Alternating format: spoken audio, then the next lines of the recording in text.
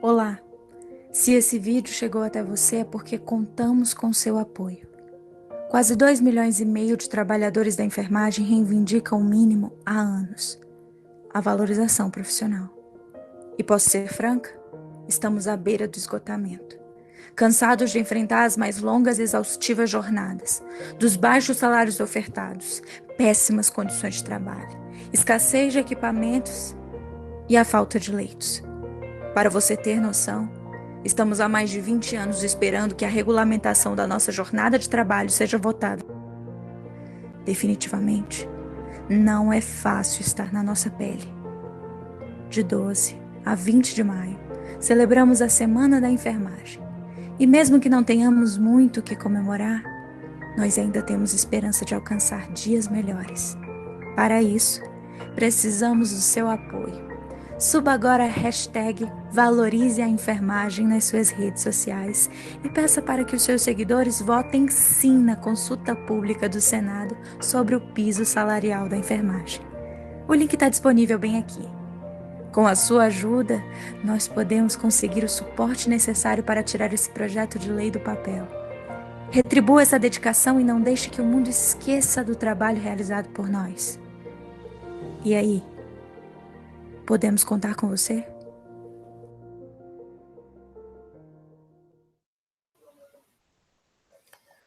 Queridos colegas, sejam bem-vindos na nossa live hoje. A ABEM fez uma semana mês em homenagem aos profissionais da enfermagem e nós temos iniciado todos os nossas lives desde o dia 3 de maio com uma homenagem aos nossos colegas que estão em outro momento.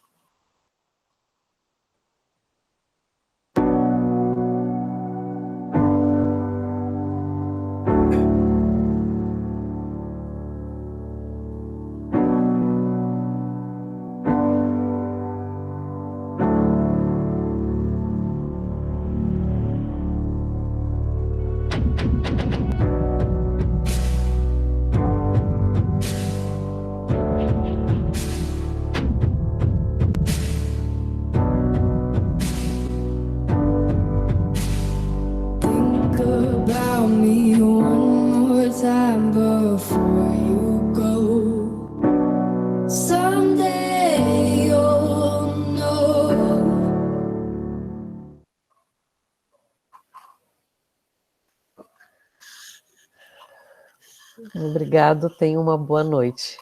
Lízia, é contigo. Obrigada, Érica. Boa noite a todos, a todas. É um prazer estar aqui com vocês. Agradeço muito o convite da BEM para estar moderando o nosso encontro de hoje. E com muita honra, né, com muita satisfação, a gente recebe a professora Rosinelli Ferreira Santana. A professora Rosinelli Ferreira Santana, ela possui graduação em enfermagem pela Universidade Federal de Goiás, tem doutorado em enfermagem pela Universidade Federal do Rio de Janeiro, pós-doutorado pela Universidade Federal do Ceará, é bolsista de produtividade do CNPq-1D, professora associada da Universidade Federal Fluminense, atuando na graduação, na especialização em enfermagem gerontológica, no mestrado profissional em enfermagem assistencial, em vários outros cursos de mestrado e doutorado e residência também. É líder do núcleo de estudos e pesquisa em enfermagem gerontológica e do grupo de estudos em sistematização da assistência de enfermagem, coordenadora de programas de mestrado e também de protocolos de cooperação com a Itália, vice-coordenadora da rede de pesquisa em processo de enfermagem, membro da Associação Internacional pela Cultura da Não Contenção e com experiência na área de gerontologia, na área de diagnóstico de enfermagem, enfermagem geriátrica. Então, é muito bom estar contando com a Rose hoje aqui, nossa colega lá do Rio de Janeiro, nos brindando com a sua fala. A Rose, então, ela vai nos falar sobre a enfermagem gerontológica e os cuidados à pessoa idosa em tempos de pandemia, o que mudou. E me apresento agora como moderadora, então, da atividade. Sou a professora Elisiane Pasculin, sou graduada aqui pela nossa Universidade Federal do Rio Grande do Sul, fiz mestrado na PUC em Educação, sou doutora pela Universidade Federal de São Paulo, com doutorado sanduíche pela Universidade de Vitória, no Canadá, professora associada da URGS, professora permanente do Programa de Pós-Graduação, líder do grupo de pesquisa em envelhecimento e enfermagem e adjunta da coordenação do grupo de enfermagem aqui do Hospital de Clínicas e, recentemente, bolsista de produtividade em pesquisa PQ2. E, então, é um prazer estar aqui com vocês. A nossa ideia é poder conversar um pouco, né, sobre todas essas mudanças, sobre o cuidado ao idoso, né, Rose? E sobre todas essas mudanças, o que a gente continua fazendo, o que a gente teve que adaptar, né, as mudanças tantas que a gente passou aí nesse um ano, né, de desafios, de aprendizados e de legados dessa pandemia para o nosso cuidado, para o cuidado ao paciente idoso, cuidado da sua família. Então, Rose, é com muito prazer que eu te passo a palavra e agradeço por ter aceitado o nosso convite para estar aqui com a gente, então, nesse nosso mês da enfermagem.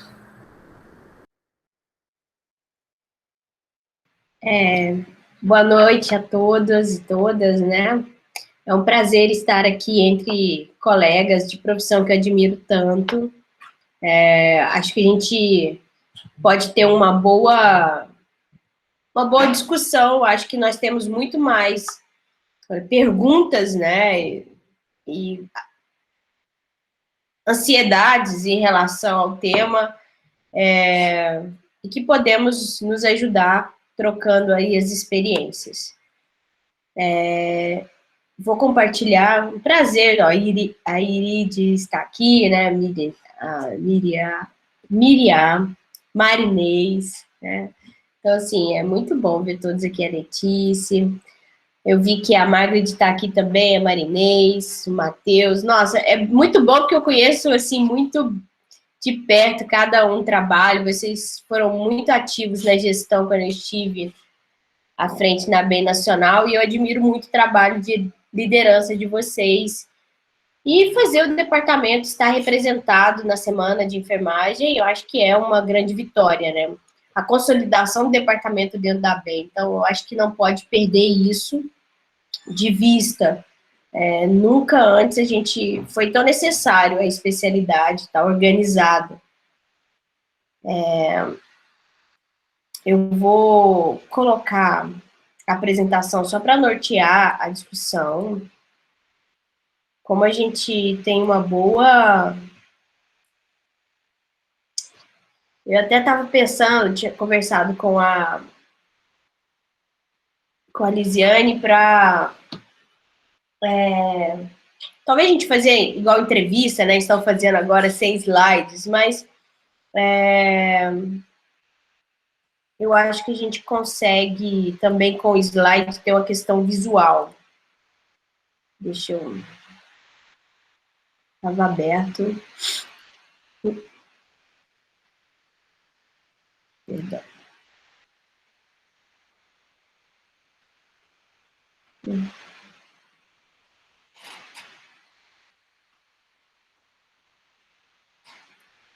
Nossa, perdão.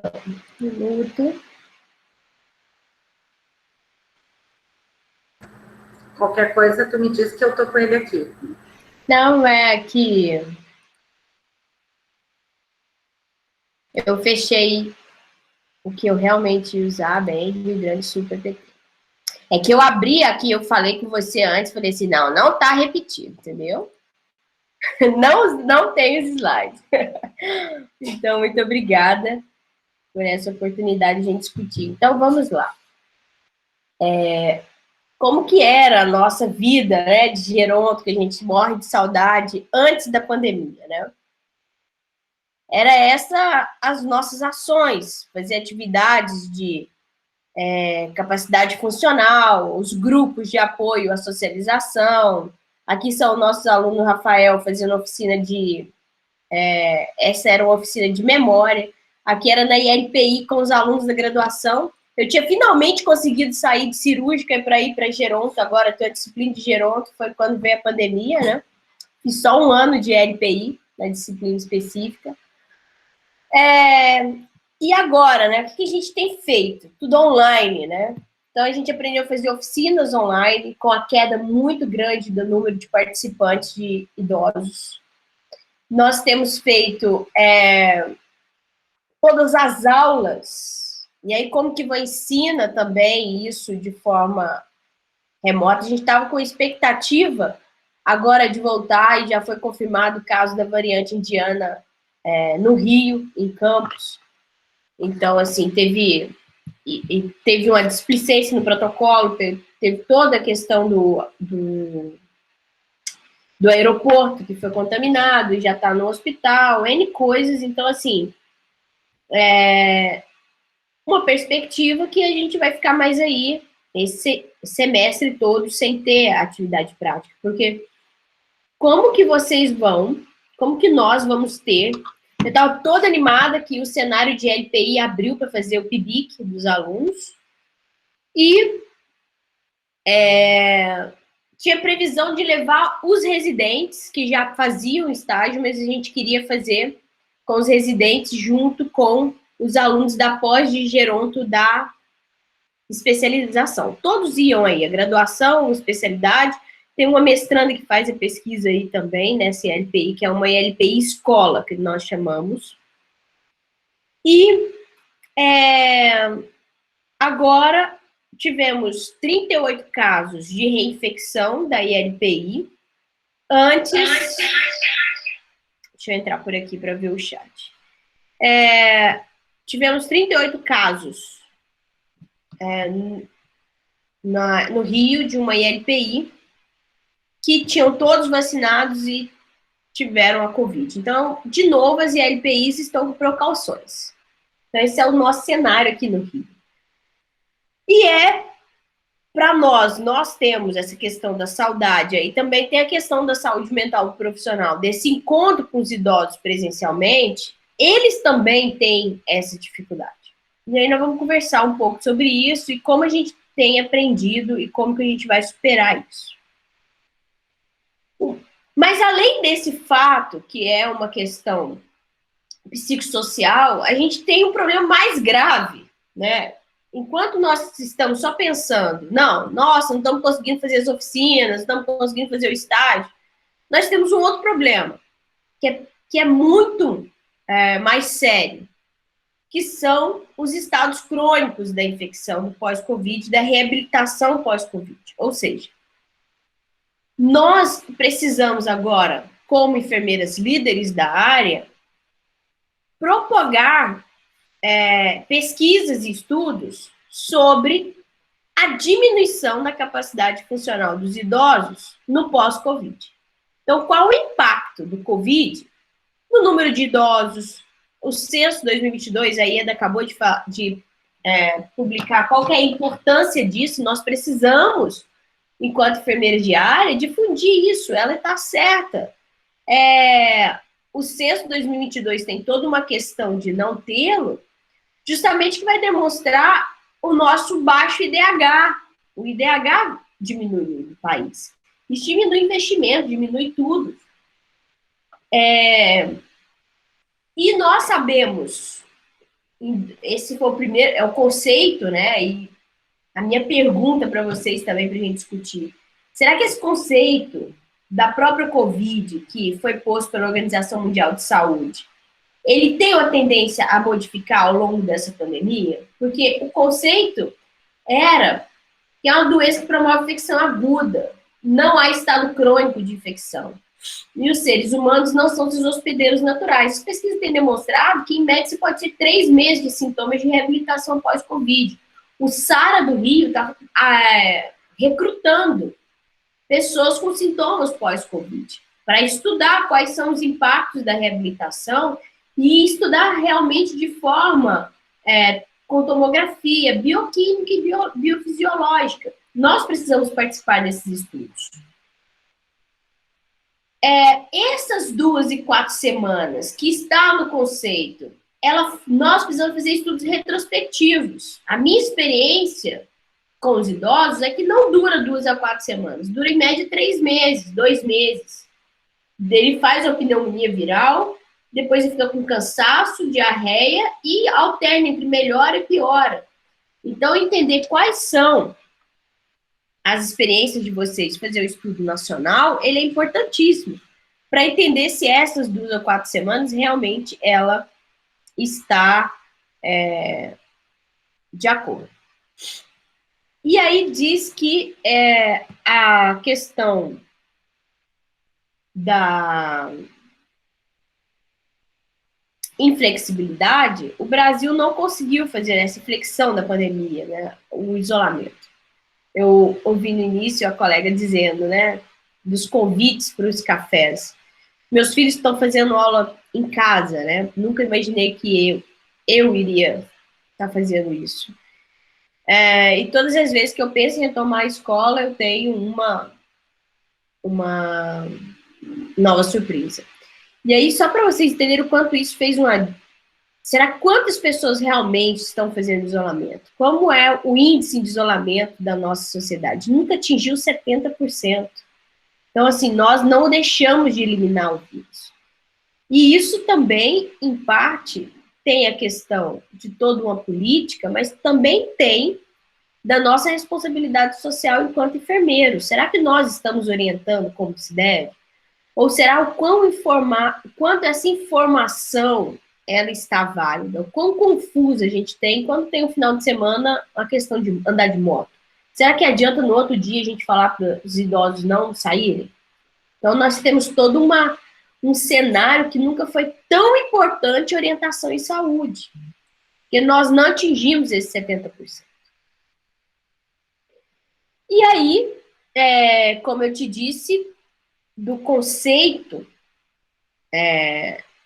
a modificação dessas 2 e 4 semanas agudas, nós temos hoje trabalhado com essa reabilitação pós-Covid, esse conceito. E nos interessa saber se os idosos são a maioria, porque o que nós temos visto agora é o aumento de internações em adultos. No entanto, temos as recidivas nos idosos, de mesmo depois vacina. São outras pessoas que a gente precisa acompanhar. Orientar a todo momento a necessidade de continuar os cuidados, elas são essenciais. Então, nós precisamos produzir matérias sobre reabilitação pós-Covid, manuais formativos, sobre a questão dos cuidados, sobre a questão da contaminação pós-Covid, fazer estudos de caso, mostrar para a sociedade o quanto isso é importante. E aqui vem um novo aprendizado. Como eu disse para vocês, estávamos retomando as questões das atividades nas ILPIs e as colegas estavam fazendo essa oficina dos sentidos, porque elas viram que os idosos diminuíram o apetite depois da Covid. E eles tinham diminuição de paladar. Quer dizer que essa diminuição inicial do paladar, e nós somos gerontólogos, nós sabemos que já tem uma diminuição da sensibilidade, isso foi mais afetado nos idosos. E eles demoraram quase 3 meses para recuperar o apetite. E se não tivesse medidas de suplementação, a capacidade funcional desse grupo estaria aquém de um desejado e um índice de fragilidade aumentaria. Então, nós estamos assim, nós fazíamos oficina de sentidos com os pacientes com demência, né? Já fiz muitas oficinas. No entanto, era um outro enfoque, não era com a questão alimentar. Então, toda uma reabilitação que precisa ser aprendida por nós e difundida. Uma outra preocupação que nós precisamos capacitar o nosso público na prática e estar atenta de como fazer essa transformação enquanto um departamento é o retorno ao mundo pós-Covid. Esse retorno para os idosos será diferenciado para as crianças e para os adultos? Será que aquele indivíduo, será que nós temos uma hipótese, né, e são os estudos que apontam quando trata do mundo pós-pandemia, que as crianças serão mais adaptáveis ao mundo pós-pandemia, porque elas estão mais maleáveis. Os adolescentes podem sofrer de mais transtorno de ansiedade, e os idosos serão os que mais vão ficar com traumas psicossociais. Então, porque eles foram mais afetados também com a infodemia. Não sei se vocês assistiram, tá no nosso canal da Escola de Enfermagem, não sei se a Raquel ainda está aqui, se ela pode copiar o link lá para a gente, mas ela estuda, por exemplo, letramento em saúde, até conversei isso com a Lise. Letramento em saúde nunca foi tão importante, letramento digital em saúde, então, mais ainda. E eles se associam a uma intervenção que a gente precisa desse mundo pós-pandemia, que é a infodemia. Já que eu não posso sair me socializar, eu vou me socializar pela rede social. E essa informação afeta os idosos de forma diferente, eu vou falar um pouco sobre isso. Então, me preocupa muito se nós estamos também preparados, porque nós também estamos cansados, para apoiar o retorno dos idosos no mundo pós-pandemia. E como que nós vamos fazer isso? Aqui eu falei sobre a questão do idoso, né, e do censo 2022, eu queria chamar a atenção para vocês, não sei se todos participaram do primeiro seminário da Frente Nacional, mas tem uma especial que é a fala da Ana Amélia Camarão na terça-feira passada, que ela falou da demografia.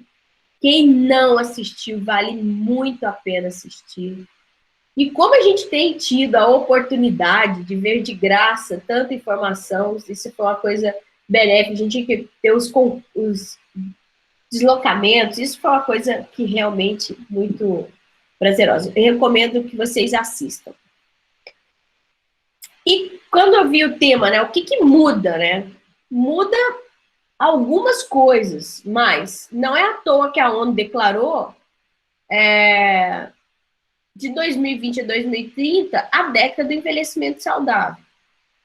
Nós teremos menor número de idosos, isso impactou, e essa geração que vem agora do envelhecimento, ela vem mais doente, porque são a geração que teve menor consumo de nutrientes, atividade física, manutenção do peso e essas atividades e convívios sociais positivas, elas foram afetadas tanto pela revolução tecnológica quanto pela pandemia. Então, nós precisaremos estar atentas a como ajudar a população que vai envelhecer com medidas de teste de força nutricional. A gente precisa aprender a fazer circunferência de panturrilha. Muitas colegas ainda não usam a carteira do idoso de forma adequada. Rio Grande do Sul é modelo, né, no uso da caderneta do idoso. Acho que os dois... Não, depois vocês podem me ajudar. Os dois estados que são mais Rio Grande do Sul, Curitiba e Alagoas, que tem essa adesão maior ao acompanhamento da caderneta do idoso. Ela é essencial, ela vai ajudar a entender isso aqui e suplementar quem não precisa, porque senão a gente não vai ter esse envelhecimento saudável. Estímulos às atividades contínuas, e aqui vem a criatividade, conhecimento, arte, estética e tecnologia. Meu pai teve Covid em março, eu tive que ir com as 2 crianças em Goiás, falei até com Liz, que eu ia também compartilhar isso com vocês, porque todos os dias, todas nós estamos recebendo de uma família, de um amigo, de uma pessoa da universidade, e nós temos tido essas experiências também nos cenários onde a gente atua, que continua com vida. Mas nada como uma experiência pessoal, né? Quando você tem seu pai, é diferente, porque você imagina assim, como que eu posso cuidar de idoso? Meu pai tem 78 anos, cuidar de tantas pessoas, e o meu pai, eu não vou dar essa assistência. E eu não pude ir por causa das crianças, em Goiás, eu moro no Rio, e tive que fazer toda essa gerência da Covid à distância. Ele teve que ficar internado, ele não conseguiu só tratamento em casa, e olha que a gente tem toda a infraestrutura.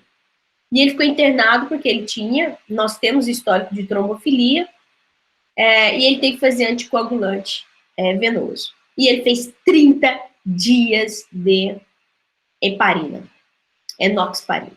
Isso foi R$ 1.100 que a gente gastou. E se nós não temos esse recurso?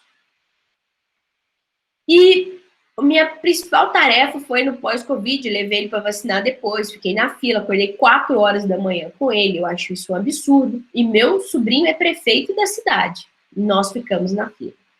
E não tinha como a gente gerir a ansiedade de vacinar e dizer que não precisava chegar 4 horas da manhã. E eu o levei para caminhar, porque ele sempre caminhou todos os dias, que a gente sempre teve atividade física como CERN. Ele não conseguiu andar 200 metros sem ficar cansado. Estamos até hoje, foi em março, reabilitando para ele conseguir dar 5 voltas no lago da cidade. Ele só consegue fazer 2 agora. Ele perdeu massa muscular e ele perdeu peso, mas a massa muscular foi o que mais preocupou. Lógico que a gente sabe que dentre todas as complicações que ele poderia ter, ele teve a menor, que é o cansaço e a perda de atividade física. Mas se eu não tenho a gerência, se ele não tem esse cuidado personalizado, ele não iria ter retornado às atividades. E ele fala isso. Fala assim, ainda bem que você sabe cuidar de velho, né? Porque os meus amigos estão todos impressionados como eu saí disso. Porque ele perdeu muitos amigos.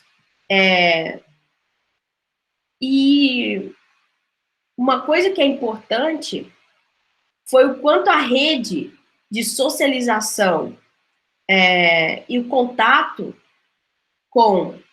Ele nunca tinha aprendido a usar o WhatsApp, ele aprendeu agora com os netos e com a rede social dele. Ficou tecnológico. Então, nós precisamos ter esses pilares como meta. A manutenção do peso, então, já era antes da Covid, a gente teve que fazer toda a suplementação. Eu comprei Nutrem para ele, falei que ele tem que tomar até 6 meses, e ele falava, esse Nutrem é muito horrível. Eu falei assim, pai, precisa, não tem como. Então, assim, esses pilares, eles têm que fazer parte essencial desses cuidados. Então, o segundo tema, quando vocês colocam, né, cuidados de enfermagem. Isso já era parte da nossa rotina? Era. Mas, com o pós-Covid, ele aumenta ainda mais, porque você tem os desafios de reabilitar ele, de confiar novamente dele sair, confiar novamente dele se socializar. Então, quando se fala dessa problematização da Covid, é a questão de que nós perdemos muitos idosos e tem um luto geral, que a gente chama de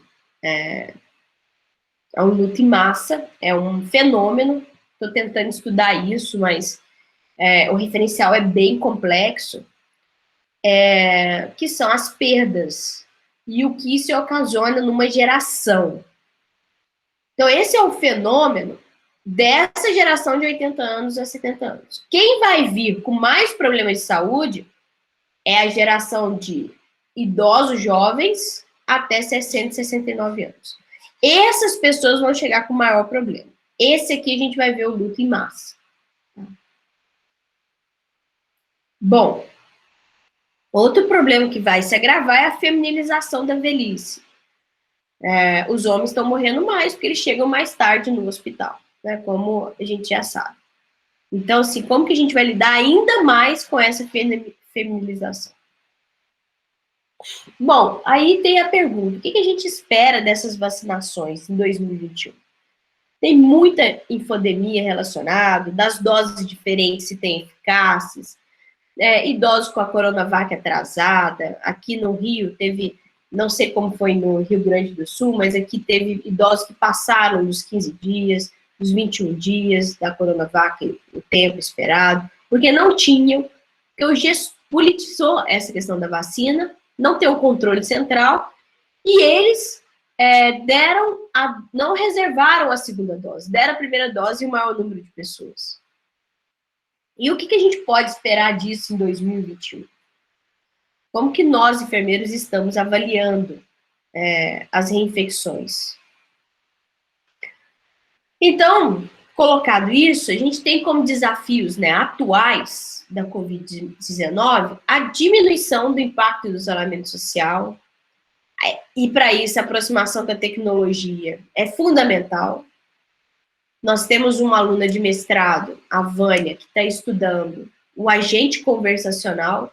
Não sei se vocês já viram o da Amazon, né, aquele Amazon, a Alexa, né? Então, ele tem uma aplicação para fazer exercício com os idosos.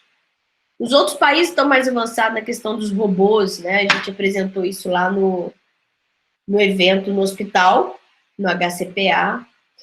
E nós temos usado as questões do WhatsApp. Só que sendo tudo por WhatsApp, tudo por telefone, os idosos têm diminuído a aderência nesse tipo de atividade e pedindo muito para o retorno presencial. E nos interessa a manutenção da capacidade funcional, esse é o cerne. Então, pesquisar se a gente conseguiu manter, não só pesquisar, mas também praticar. Todas as ações têm que ser centradas nessa manutenção da capacidade funcional. Então, assim, só para reforçar, né, os problemas nos quais a gente tem que intervir. O ageísmo, todos os dias nós precisamos lutar para que a sociedade entenda por que vacinou os idosos primeiro. Nesses dias, uma colega que é educadora física perguntou assim, eu não entendo por que não vacina os que trabalham primeiro, né?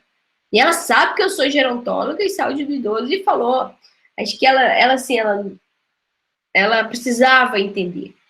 E quando eu expliquei para ela dos cursos, da questão da identidade, ela falou assim, poxa, mas eles já viveram. Aí eu falei assim, isso se chama ageísmo, idadismo.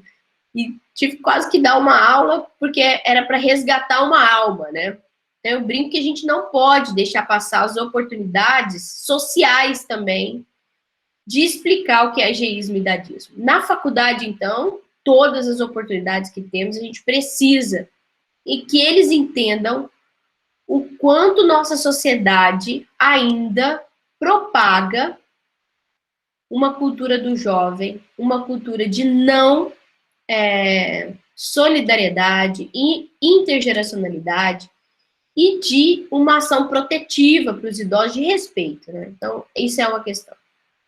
A infodemia de ensinar os idosos a lidar com o tempo na internet, como avaliar se a informação é fake news ou não. Nós temos que nos responsabilizar e aprender sobre como fazer mídia para idosos. Será que é a mesma mídia que produzimos para os alunos da graduação? Será que é vídeo que eles gostam? O que eles gostam? Vamos fazer essas pesquisas. Precisamos atuar para que quem está na prática entenda que idoso que for chamado para vacinar da gripe, vacinar disso, eles vão fazer aglomeração. Então, essa convocação, a gente precisa continuar com o ato formativo das pessoas que estão na prática em geronto, para saber lidar como fazer com isso. E precisamos também fazer o letramento de saúde, porque tem uma parcela enorme dos idosos que são excluídos. Tanto socialmente, a pandemia ficou muito claro isso, não tem aposentadoria, não tem documento. Essas pessoas, elas são um trabalho que o departamento deveria ter todo um trabalho cuidadoso com eles. E eu vou falar mais sobre esse tema específico, isolamento social, distanciamento e a coabitação. Tem mais à frente. As ILPIs, eu acho que fizeram um trabalho belíssimo com as ILPIs, a gente conseguiu não ter tantos casos, agora vacinaram-se todas, conseguiu as 2 doses, mas nós não podemos falhar na manutenção dos cuidados. Então, esse tanto tempo de pandemia, querer abrir agora para as visitas, querer abrir para os eventos, as festas, pela questão de toda a dificuldade que está de ter inovação e criatividade para manter os idosos com boa saúde mental e os profissionais, tem feito os casos, né, que nós temos visto. Então, esses temas, nós conseguimos, nessa publicação, falar um pouco sobre essa questão da Covid-19, tá na hora de atualizar no reabilitação e pós-Covid. E aí, esse é um desafio que é o carro-chefe hoje, que eu queria falar com vocês, assim, não sei o que vocês pensam, é bom a gente discutir. Nós precisamos entender qual é o registro, né? O que nós estamos deixando para a história? Quantas pessoas a gente conseguiu demonstrar que melhoramos? Que não estão que conseguimos fazer com que adotem medidas protetivas? Quais foram os resultados nessa pandemia da enfermidade? Então, a gente precisa liderar e liderar, né? Então, nesse cuidado da pessoa idosa em pandemia, ela não pode, e é isso que eu senti muito, centrar no hospital e na clínica geriátrica. Ela tem que continuar em todos. O que a gente fez? A gente fechou os centros de dias, não fez mais as visitas domiciliares, não estamos continuando com as ajudas domésticas, que antes do início da pandemia tinha a questão do supermercado, tinha a questão de ajudar a fazer as compras, e isso com uma retomada com os cuidados fez com que os idosos continuassem sem esse apoio. E não temos um apoio aos cuidadores que estão há 1 ano sem os centros dias, os centros de convivência, estão 1 ano cuidando dos seus idosos ininterruptos, trabalhando em casa e cuidando. Então, retomar que temos que ter serviços para os idosos em todos os cenários, e não focado somente no cuidado hospitalar da pandemia, que precisamos da reabilitação também, é fundamental. Porque esse idoso, ele está na promoção da saúde, ele está sem nenhuma atividade para manutenção do envelhecimento saudável. Então, as academias dos idosos, tem como fazer online? Tem como fazer com pequenos grupos? Como que a gente vai fazer para retomar isso? Precisa começar a reabrir o que não estava funcionando, de forma segura. E todas as vezes que a gente for reabrir, a gente vai precisar fazer os testes de avaliação de capacidade funcional, que é para aquele gráfico da Flores, de 42 para 2,2. Quanto que os idosos diminuíram em seu grau de fragilidade, a gente tem que comparar com dados retrospectivos anteriores, de robusto, de fragilidade, ou que estão em risco. Então, aqui é só para exemplificar que nós precisamos ter a UBS funcionando, o hospital, o SAD, né, o Melhor em Casa, a academia da saúde era um dos espaços que os idosos mais gostavam e tentar fortalecer esse atendimento intersetorial. Porque o cerne mesmo, eu sempre gosto de retomar esse slide, eu acho que aqui já tem, não sei se outras colegas entraram, mas é o cerne da profissão da enfermagem gerontológica, é promover a autonomia, que é a tomada de decisão do idoso. Será que nós estamos fazendo com que esse idoso tome a decisão correta no se prevenir e nas atividades? Estamos promovendo a independência? Quanto a gente está avaliando essa capacidade funcional? E o quanto nós estamos evitando síndromes geriátricas na pandemia? Aqui só tem alguns testes, né? E aí eu não sei como vocês têm feito essa avaliação funcional de forma remota, também é uma pergunta que a gente pode discutir, trocar experiências. Nós fizemos lá o autoencates via remota, mas o mini exame de estado mental é um desafio. O Versage dá para fazer, mas o Tinet não dá, o MAN até dá. Então, eu queria trocar isso com vocês também. Bom, isso aqui é só para reforçar o que eu falei no envelhecimento saudável. Eu não posso ter aglomeração nas ILPIs, não posso deixar os idosos se aglomerarem, eu faço a contenção deles e faço de qualquer jeito. Então, todas as vezes que tem oportunidade, vou falar de medidas restritivas, com segurança, sem... a contenção, ela é um problema grave, que pode... Esse aqui estava com lesão, essa aqui pode fazer um plexo, essa aqui ela pode pular, cair, ter uma fratura. É pior o remédio do que o efeito aqui. E aqui que eu falei para vocês que eu ia falar, ansiedade e medo. Essa é a principal ação que nós vamos precisar nos capacitar. Como eu disse para vocês, estava falando desse luta em massa, tem toda a teoria e aprender. Para lidar como essa imagem, né? Fala muito. Como é que eu vou sair lá fora de novo? Eu tenho medo de pegar aqui, ficar com aquela falta de ar. Como que eu vou fazer isso? Então, lidar com terapias de ansiedade e medo é o que esperam de nós, a sociedade. Ensinar o celular já era uma coisa que a gente fazia antes, agora mais do que nunca. Precisamos desenvolver tecnologias para isso. E os idosos, por mais que a gente desenvolva, ele tem um aspecto, como eu disse, aquele estudo da Alexa, né? Você tem um custo, aí a pessoa vai ter que comprar pela Amazon. Aí nós fizemos uma plataforma de jogos cognitivos. A aluna vai testar. Eu falei para ela, olha, seu problema de pesquisa, ela é do mestrado profissional, Vânia. Seu problema de pesquisa não vai ser os jogos cognitivos mais. Seu problema de pesquisa hoje é como manter o grupo. Ela tinha 50 idosos e ela tem 26. 26 não dá estudo nenhum. Como é que você vai angariar novas pessoas para entrar agora? Esse é o seu desafio, esse é o seu problema hoje. Então, é totalmente um novo universo que a gente precisa recriar. E nós estamos inovando, né? Hoje já tem as questões dos tablets, das visitas, até a questão da orientação familiar. Esse é a capa de chuva, que tem que ter cuidado com a desinfecção, mas é uma coisa que funcionou nas ILPIs. O telecuidado, que aprendemos a fazer da UBS, me preocupa muito que algumas experiências mostraram que as enfermeiras estão ligando sem nenhum roteiro de consulta de enfermagem, ela liga e pergunta, como é que o senhor está? O que o senhor está fazendo? Tomou vacina? Ah, então tá bom, tchau.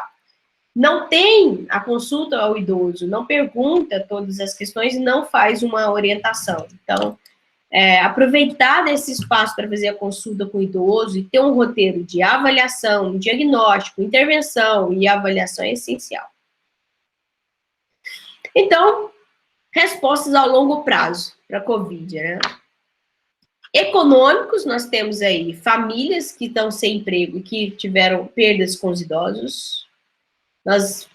Eu acho que não é só eu, né? Todo mundo vai no mercado e está sentindo aí o peso, né? Muitas pessoas passando fome. Então, a gente tem aí uma perspectiva. E os idosos são a primeira ponta disso, porque eles são, como eu disse, um tratamento de R$ 1.100, se ele não tiver reserva, ele não vai conseguir se manter. Então, nós vamos ter que lidar com problemas econômicos, sociais, de perdas, culturais, educacionais, que é a questão rápida do letramento, tanto em saúde, para não cair na infodemia, quanto o digital, para se socializar. Problemas de pensionistas e vão continuar as questões sanitárias. Então, a gente vai precisar lidar com isso.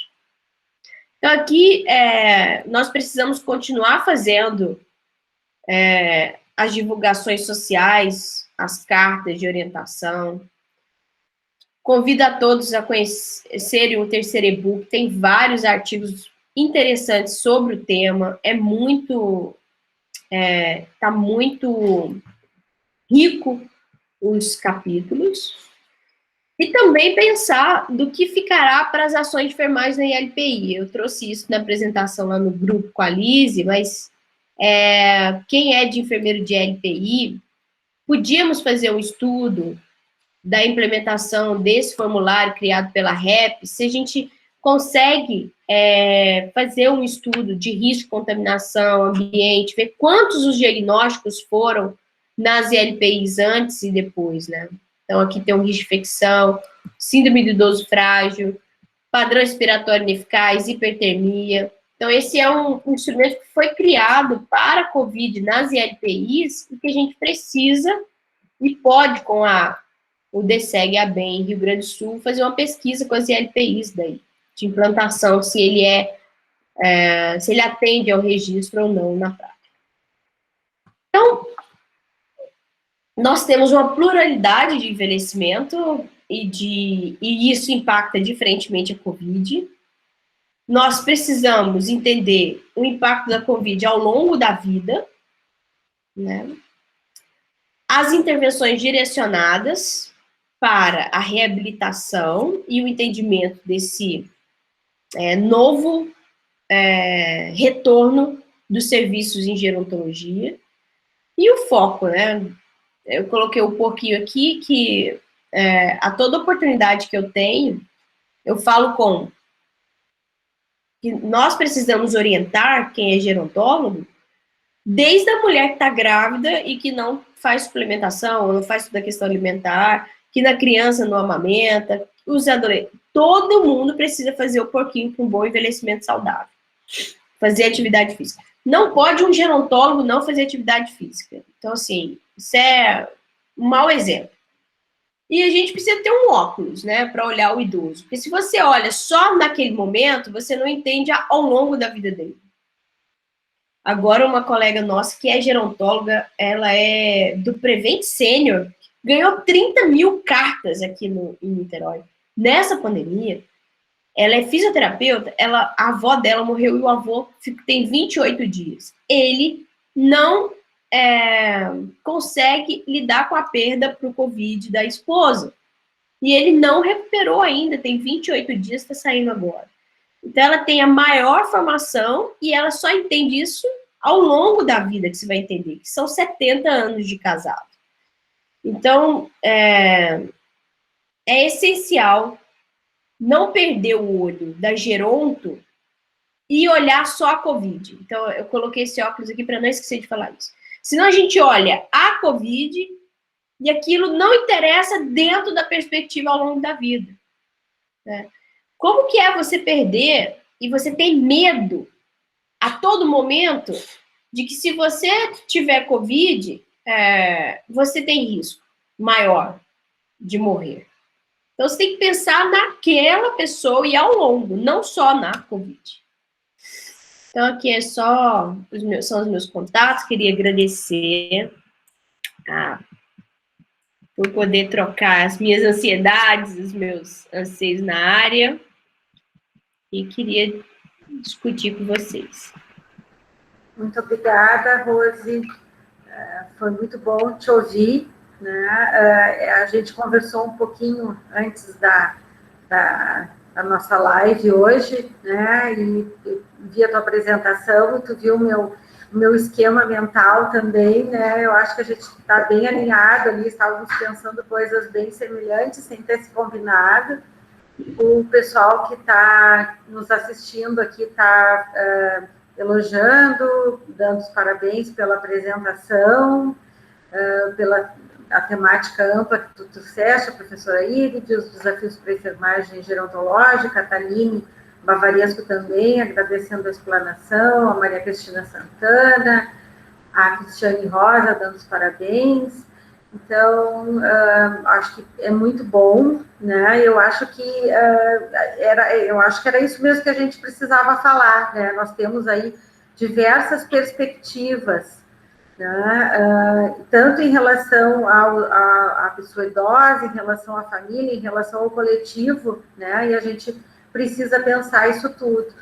Então, quando eu estava pensando ali sobre a questão aí da enfermagem gerontológica, os cuidados da pessoa idosa em tempos de pandemia, que veio bem ao encontro da tua fala, era exatamente isso, né? A gente tem ações de promoção, a gente tem ações de prevenção, de tratamento, a reabilitação, que tu falaste muito e que está batendo muito para a gente aí dentro da questão assistencial, né?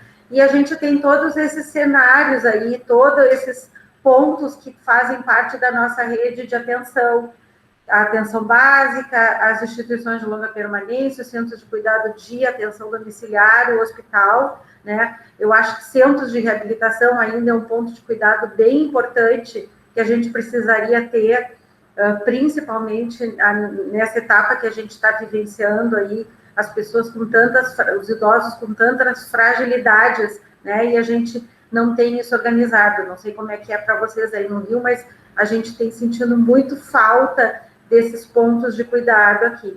E a enfermagem aí fazendo todas essas ações, né, nesses 4 níveis de cuidado e em todos esses cenários, esses pontos de rede aí que a gente cuidou, né. E eu não sei se tu quer comentar alguma coisa aqui, Rosi, fiquei com a impressão que tu querias falar.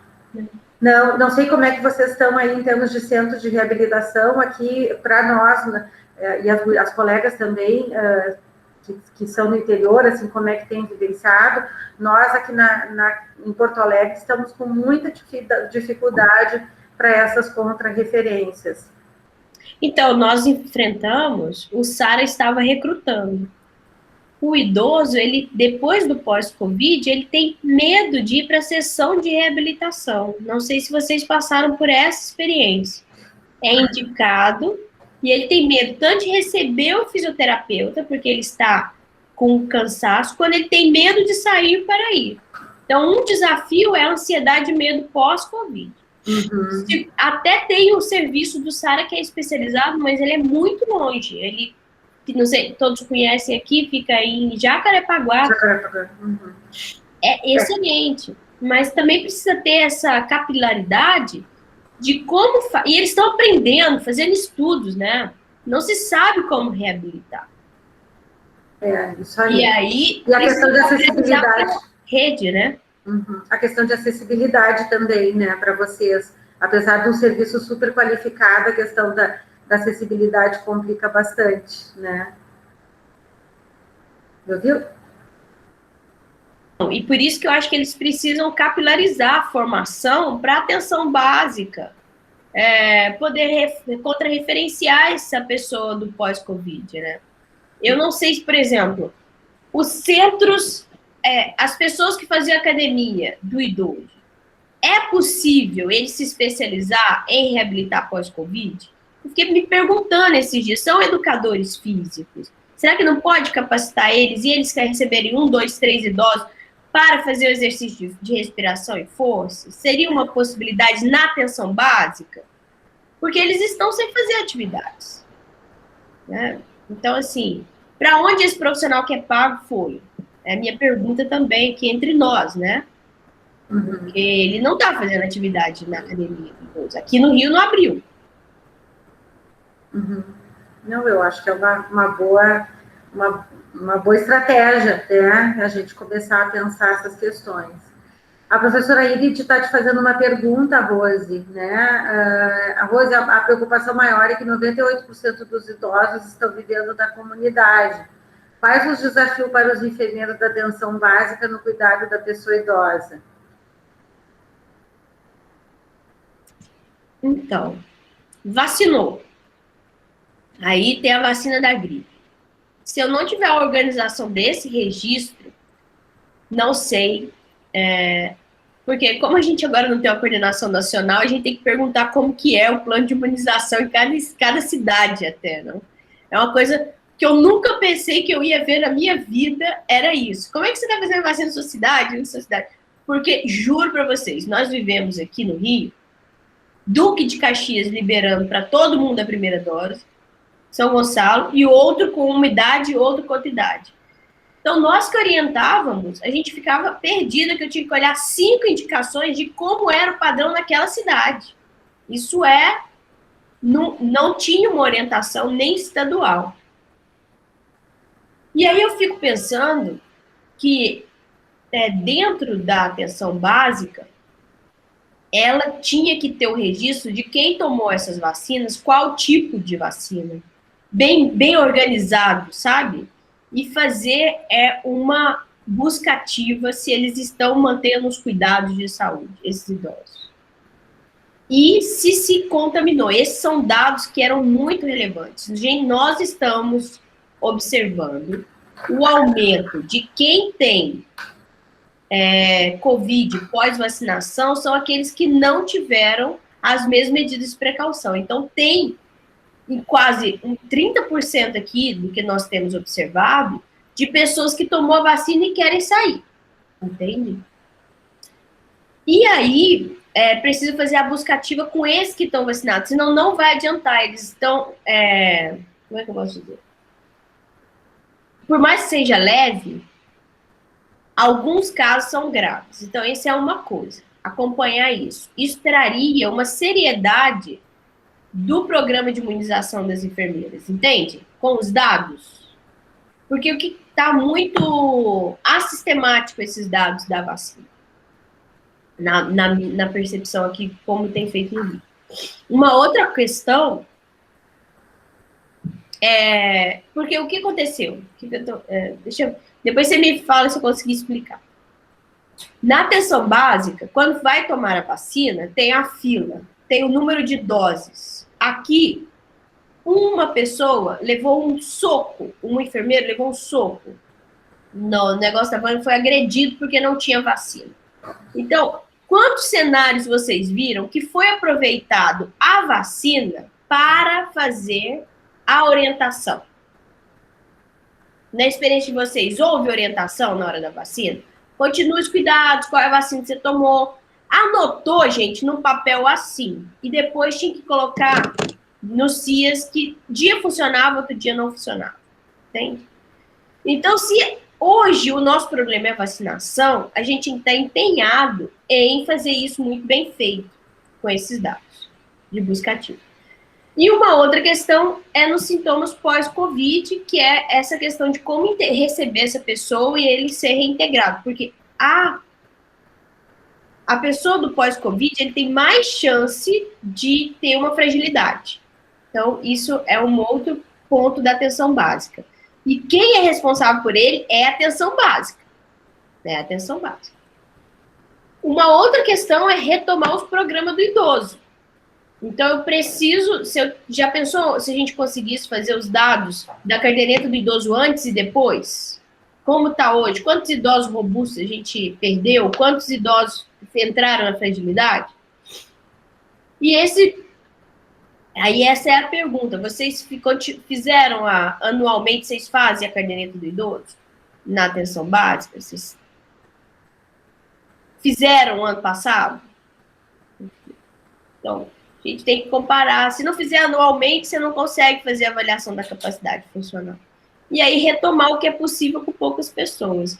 Então, acho que o principal desafio hoje é a vacinação e a pessoa que vem do pós-Covid, ele tem que ter um sistema de alerta na atenção básica. Teve alta, tem que ter enfermeiro na contrarreferência, auxiliando ele a retomar. Ele fica muito cansado, muito deitado, não consegue reabilitar, com pânico, e nós não estamos ajudando essas pessoas como deveriam. Acho que eu não sei se eu tinha respondido. Eu gostaria de complementar também, acho que super importante esses aspectos que tu trouxeste, Rose. E, além disso, uma outra questão que me preocupa bastante nessa lógica aí que tu vinha falando do medo e da ansiedade, são as pessoas sem monitorização dos seus danos crônicos. Então, porque muitos com medo, com receio de procurar os serviços de saúde, a gente aqui tem vivenciado na nossa unidade de saúde aqui do hospital, na UBS, né, e se interrompeu, como tu falou, as visitas domiciliares, o trabalho dos agentes comunitários bem restritos em função da pandemia, em função também de organização aqui do sistema de saúde em Porto Alegre, e a gente não está fazendo esse monitoramento. Então, nós também teremos isso, né, que já vinha sendo comentado aí como uma das ondas que a gente iria enfrentar, que é a gente receber essas pessoas descompensadas depois, por não estarem fazendo o acompanhamento dos seus danos crônicos. Câncer, né? Cuidados paliativos aumentou muito, porque não fez Isso aí, hipertensão, diabetes, né, as dislipidemias, enfim. Então, tudo isso, e todas as medidas não farmacológicas também mais restritas, como tu já falou, né, não pode fazer muita atividade física, não tem como sair, como adaptar, né, então bem complicado. Bom, vamos adiante aqui, então, deixa eu ver onde é que eu parei. Não, a gente estava falando antes sobre reabilitação, a Marinês estava comentando que no interior do Rio Grande do Sul não temos centro de reabilitação estruturado. O Matheus também dizendo que é muito bom te ouvir, provoca inquietações, nos traz desafios a nossa prática frente à pandemia. A Thaline Bavaresco reforçando a importância da linha de cuidado, né? E depois a Letícia comentando aqui, vamos ver. Um referencial teórico identificou o grande número de lesões osteomusculares em idosos que realizaram atividades ou reabilitação em seus domicílios sem assistência direta. Aqui na nossa região, identificamos a internação hospitalar em 3 idosos por queda durante a realização de reabilitação em seus domicílios. É um desafio imenso pensar e reportar essa prática, para a prática. E a Marta está fazendo uma sugestão para a BEM que faça encaminhamentos com essa sugestão que tu fizesse, Rose, de estruturação de serviços de reabilitação com educadores físicos e fisioterapeutas voltados para os idosos pós-Covid, atendendo LPIs e unidades de saúde, né, das unidades estratégicas de saúde da família e atenção básica. O Lúcio comentando da carência de cuidados na contrarreferência para pacientes pós-Covid, muito retorno para casa sem acompanhamento pelo OBS, estratégia de saúde da família, ou melhor em casa, né? Isso, eu acho que essa questão aí da transição de cuidado, né, Lúcia, a gente tem que organizar, e a Rose, a gente precisa ainda, é um desafio que a gente ainda está engatinhando para organizar isso, acho que já se melhorou bastante, vivenciei isso bastante lá no Canadá, aprendi bastante sobre isso, e se eu comparar nesses 12 anos aí, depois da minha vivência lá, eu acho que a gente já melhorou bastante, mas com certeza ainda falta muito para a gente crescer nisso. A Renita, prazer em te reencontrar, quanto esses idosos poderão novamente saírem das ILPIs e terem algum convívio com seus familiares. Teremos essa segurança, né, para autorizar isso? É bem complicado.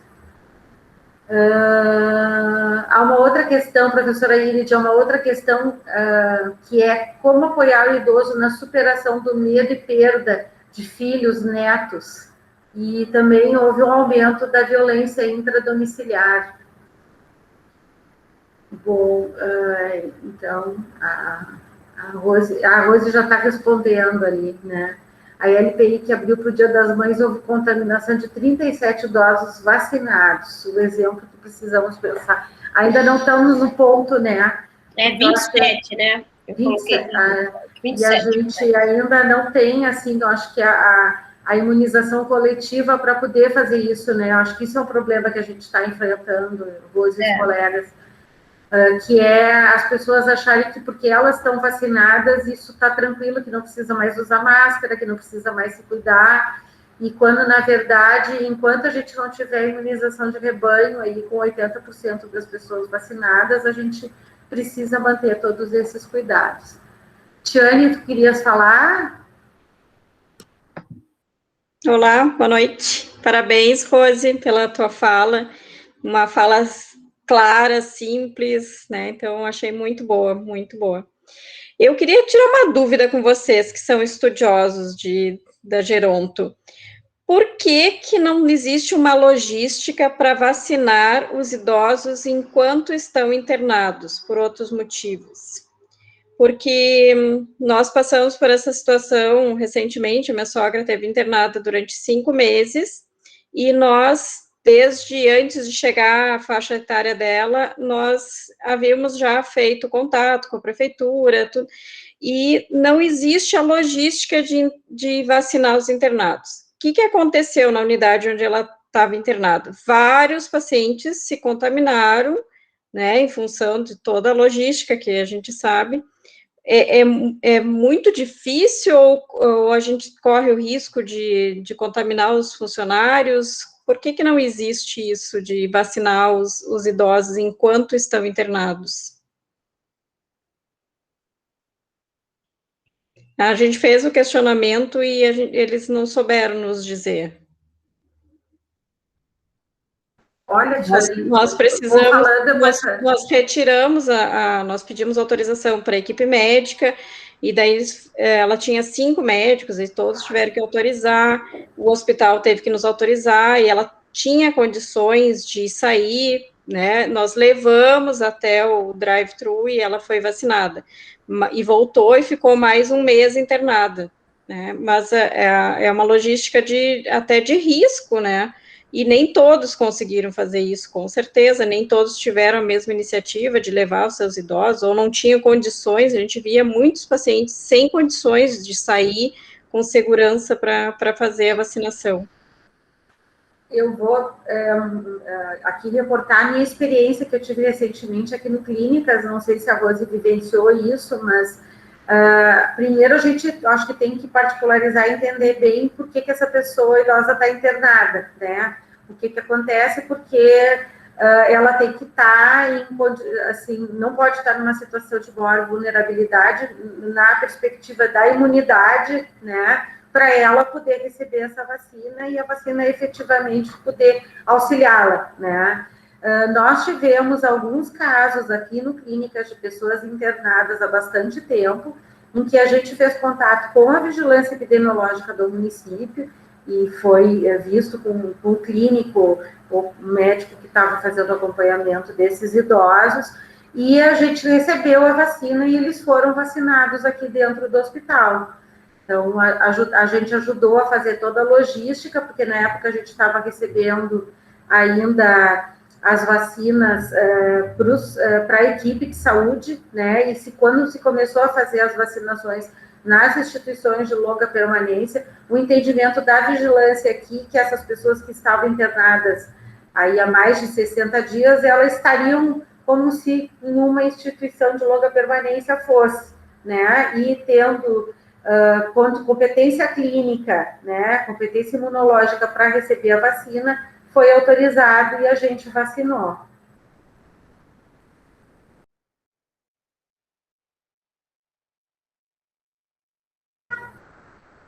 Então, é muito difícil você avaliar se ele... Acho que essa fala, a última fala da Lisiane é fundamental.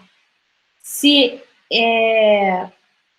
o idoso está hospitalizado, ele tem condições ou não de tomar a vacina, que ele tem que ter uma condição imunológica também, né? E aí nós pensamos assim, não é tão simples, porque se ele tiver comorbidades, você tem que fazer um custo-benefício. Agora, a principal... o que você trouxe que foi principal na minha observação, Tiane, é que não temos essa linha do cuidado, essa rede. Isso ainda é um desafio. Não tem uma comunicação. Então, quando se fala com uma pessoa de TI hoje, que nós não sabemos o registro da pessoa e o quanto nós gastamos em recursos em saúde, porque não há uma comunicação, ele vai ao mesmo lugar 3 vezes, ou ele pode até vacinar mais de um lugar, porque a gente não tem esse registro, e aconteceu isso. Pessoas tomaram Coronavac, queriam tomar a Pfizer, então fizeram de novo, entendeu? Porque não tem uma consciência coletiva, não tem um registro, não tem o uso. Eu vou no médico daqui e vou no médico do outro posto. Porque se eu perder de cá, então assim, não tem essa comunicação. E isso é fato. Se tivéssemos uma comunicação, o hospital podia fazer esse comunicado e a gente fazer, né? Mas não tem. Isso é um desafio, e eu acho que é um desafio tecnológico também, não só de treinamento do profissional, de que é a pessoa que a gente atende, não o hospital ou o cenário, né? A atenção básica. Vocês não estão colocando no CPNI aí, Rose, os dados da vacinação? Tem dia que tem como colocar, que o site funciona, tem dias que tem desafio. Então tem um atraso também. Sim. Nós fomos bem atendidos, né? O meu sogro, são 2 anos a mais do que ela, recebeu a ligação, ó, já está chegando na sua data de recebimento, então tem um acolhimento, ele ficou pouco tempo na fila, não foi, mas eu me preocupei com os idosos que estavam internados e que estavam se infectando dentro do hospital. Então, eu queria entender claro que se tivesse uma logística, quais são os pacientes que hoje no Hospital X têm as condições de receber a vacina?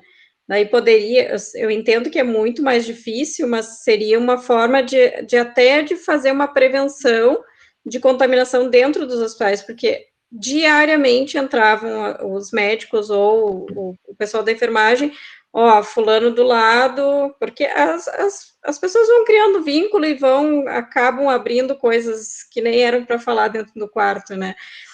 Fulano do leito tal foi para a área Covid, porque pode ser que tenha sido ali dentro, pode ser que tenha sido familiar, não se sabe, mas não existiu uma preocupação, me parece, com as pessoas que estavam internadas. Mas durante o atendimento foi ótimo, né? Foi tudo muito bem. Eles ligaram, inclusive, para dizer: olha, está chegando o dia da sua vacinação. Eu acho que essa ideia aí da linha de cuidado é bem importante. A gente tem tentado organizar isso aqui dentro do Clínicas, né? E atividades aí, organizando um programa institucional de cuidados, pensando desde a nossa unidade básica, o ambulatório, aqui a internação. Estruturamos recentemente no hospital uma parte toda de reabilitação pós-Covid, não é direcionado à pessoa idosa, é para todos os pacientes, para todos os grupos etários, mas é um caminho, né? Mas ainda está muito focalizado aqui e numa outra referência ainda para a atenção básica, que é a atenção domiciliar, e a gente precisa que isso se estenda para os outros serviços, né? Miriam, quer comentar, por favor? Boa noite. Só fazer um comentário em cima disso que vocês estão falando, né? Assim, no início da pandemia, a atenção primária, toda ela recuou por orientação, né, de todos os gestores de uma maneira geral, e toda a atenção do sistema de serviço foi voltada para os hospitais. Então, quando a professora Rose comenta, e a professora Lise, né, assim, da importância da atenção primária, no nosso entendimento, teria que ter sido a primeira a começar a conscientizar as pessoas, distribuir máscara e orientar as pessoas. E aconteceu o contrário. A atenção primária recuou, ficou todo mundo dentro das unidades básicas de saúde para atender sintomáticos, aprender a fazer teste rápido, aprender a fazer PCR, as equipes da Odonto começaram a aprender a fazer PCR, e não se fez, né, o que é o papel da atenção primária, que é a parte de educação, prevenção, promoção, não foi feito isso. E isso foi porque pegou todo mundo de surpresa, né?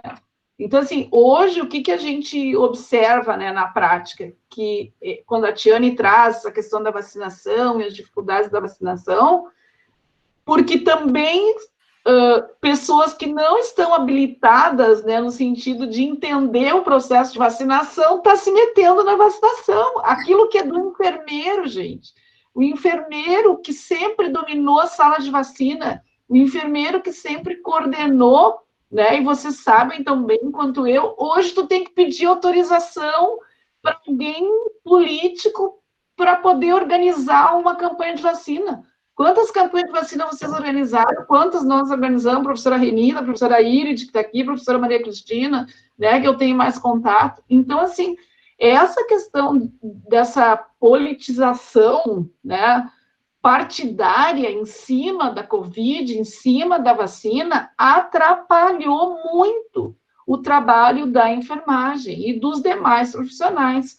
Então, assim, além de a gente discutir tudo isso, né, que a professora Rose, a Lise, todos trouxeram com muita propriedade, nós também temos que pensar na influência que a gente teve no nosso fazer desse momento político no país.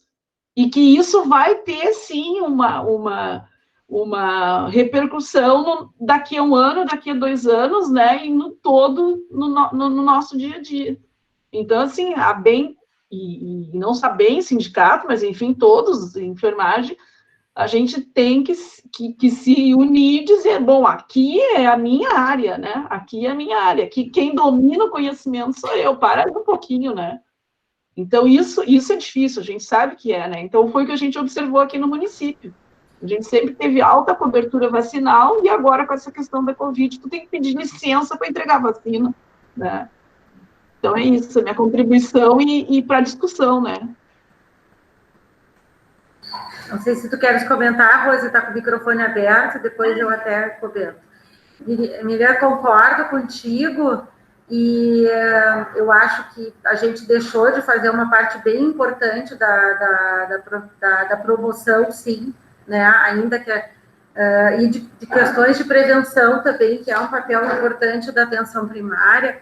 A única coisa que eu colocaria como contraponto, que eu acho que a atenção básica, ela, pelo menos aqui em Porto Alegre, em uma percepção minha, né, não sei se os colegas concordam, mas ela passou a ser muito valorizada e muito colocada, assim, como se ela estivesse dando acesso à população para as questões do Covid, né? Porque o que a gente havia sempre, quando a gente teve H1N1, as pessoas sempre buscando direto serviços de emergência, né? Nunca a gente tendo essa questão da resolutividade na atenção primária, nunca a atenção primária se colocando como protagonista dentro de uma situação de epidemia. Então, eu não estou discordando do que tu falasse, eu estou fazendo um contraponto que eu acho que isso foi importante, né? Das pessoas entenderem que a porta de entrada do nosso sistema de saúde é a atenção primária, e que elas deveriam buscar e que seriam referenciadas, se houvesse necessidade, a gente já conseguiu organizar melhor o sistema, sem uma sobrecarga das UPAs e das emergências, um sistema mais organizado. Então, aqui em Porto Alegre, eu percebi isso como um ponto bem positivo, né? Claro que prejudicou outras ações, né? Porque não se tinha uma estrutura preparada em termos de recursos humanos, de pessoal, para dar conta de todas essas ações que eram necessárias, pensando promoção, prevenção, tratamento que a gente vinha falando antes, né?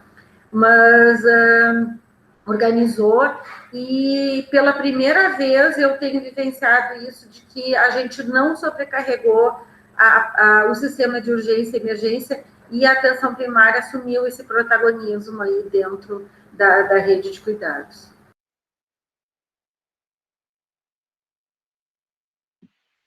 Na verdade, podiam ter feito as duas coisas, né? A prevenção, que é fundamental, e organizado os centros de triagem. Eu acho que aí vem aquela questão de que, não tenho pessoal. Também não faz a questão da logística e do estudo para demandar a vaga. Eu concordo que precisava ter feito... Nós poderíamos ter influenciado mais a sociedade nos cuidados, né? Só que a confusão política prejudicou não só o nosso trabalho de enfermeiras, não, de todos os profissionais. A gente reclama, mas vocês imaginam ser médico hoje de prescrever, qualquer um pode prescrever a medicação e fazer. Eles também estão sofrendo. É uma falta de credibilidade horrível. A pessoa já chega com o kit.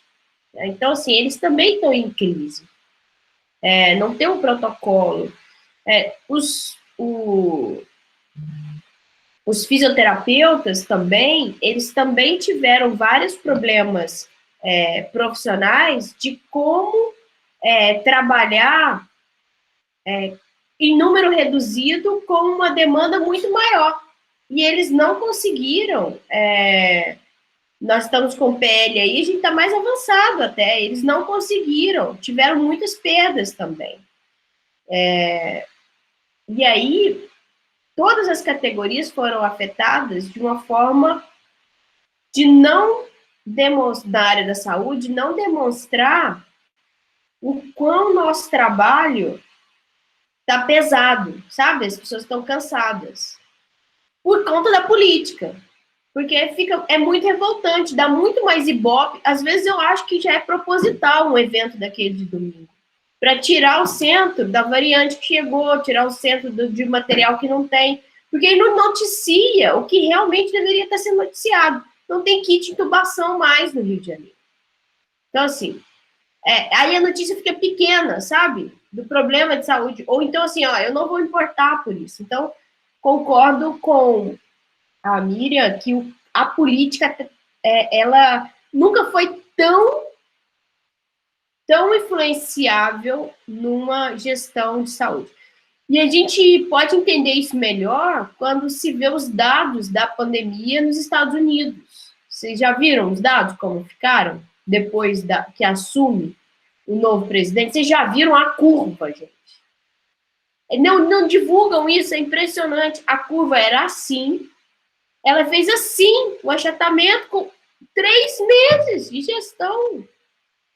E, assim, não consigo entender realmente a política foi uma influência decisiva. Eu ia colocar aqui, até a gente, para não falar dos Estados Unidos, que senão fica uma coisa parecendo partidária, mas amanhã a gente vai ter a conferência do FADO, da Itália. A Itália foi o início da crise, né? E ele vai, às 2 horas, contar como fizeram a gestão da Covid com os idosos. Ele é gestor da secretaria, então ele vai falar como era o idoso quando recupera do pós-Covid. Se vocês verem a riqueza dos slides dele, ele quis contar como que é a rede da pessoa quando está contaminada, o que o governo faz de ajuda, que é aquela linha que eu falei para vocês lá no início. A gente fez isso de uma forma muito brasileira, né? Eu ajudo o meu vizinho, mas eu não posso ajudar há mais de um ano de pandemia. Cadê o governo ajudando essas pessoas que estão isoladas? Então, assim, lá eles tiveram ajuda governamental, é diferente. Então, recomendo, se vocês puderem, os colegas entenderem como a gente está falando, do que é possível, né? Que é possível. Acho que a gente tem que trazer outras realidades para dizer que é possível. Mas não é possível sem política, não é possível sem governo. E nós estamos, assim, entre abeístas, e as pessoas não querem discutir política mais, não querem discutir mais a relevância de ter representação social. Então, aí vai ficar difícil, a gente precisa estar organizado politicamente. Gente, acho que está excelente a nossa discussão, né? Eu acho muito profícuo aqui a gente poder ter a oportunidade no mês da enfermagem aí, com o protagonismo da BEM, de estar discutindo essas questões em relação à enfermagem gerontológica e à Covid. Acho que a Rose, a gente já está se encaminhando aqui para o final, falta 1 minuto, né? Eu passo a palavra para a Rose, então, para ela se despedir. Não sei se mais alguns das colegas querem fazer seus comentários finais, e depois a gente daí pode abrir as câmeras para fazer a foto final, né, com todo mundo com a câmera aberta, e a gente finalizar, então, a nossa atividade. Eu queria agradecer, né, por estar entre amigos, de ter a discussão. Vocês são pessoas muito queridas na minha trajetória, cada uma, e dizer que nós precisamos estar atenta nessa continuidade do movimento de produzir materiais enquanto DSEG, enquanto a BEM, porque ainda temos muitos desafios. A gente conseguiu bons resultados, mas a gente ainda precisa ter o olhar de como reabilitar e voltar e cuidar dessa rede, sabe? Então, a gente precisa continuar atentos. Não passou. Eu acho que isso era a frase que eu queria colocar lá daquele tema que vocês instigaram. Não sei se eu consegui entender, eu acho que era essa a frase, não passou, e precisamos continuar e temos muitos desafios e unidos conseguiremos vencer melhor. Então, obrigada.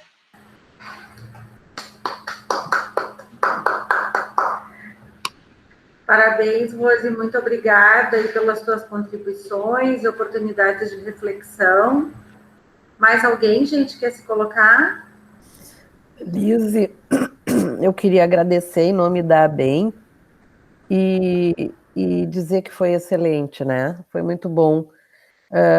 Vocês que são da área devem aproveitar muito, e quem não é da área aproveita mais, porque é uma maneira de ter um conhecimento já maduro, pronto, estabelecido, e que a gente ganha, né? E ganha e pode reproduzir. Então, a ABEM vai estar sempre apoiando, né, essas iniciativas. Eu estou falando aqui em nome da Irid, a Irid é suspeita, porque ela é do grupo de vocês, mas nós que não somos do grupo, apoiamos integralmente, né? Então, muito obrigado, sabe, por essa noite, e acho que vai dar bons frutos este grupo. Aliás, já deu, né? Já vem dando. Já vem dando. Isso aí. Então, a gente tem que esperar alguma coisa para foto? Podemos Não. fazer, já está feita, então. Tu tá fazendo, Tiane, né? E a Renata também tá fazendo, pelo jeito. Vamos fazer mais uma, então. O Matheus se habilitou a abrir a câmera. Muito bem, Matheus. Todo mundo X. O Matheus foi quem emagreceu na pandemia, né? Eu também. Que bom.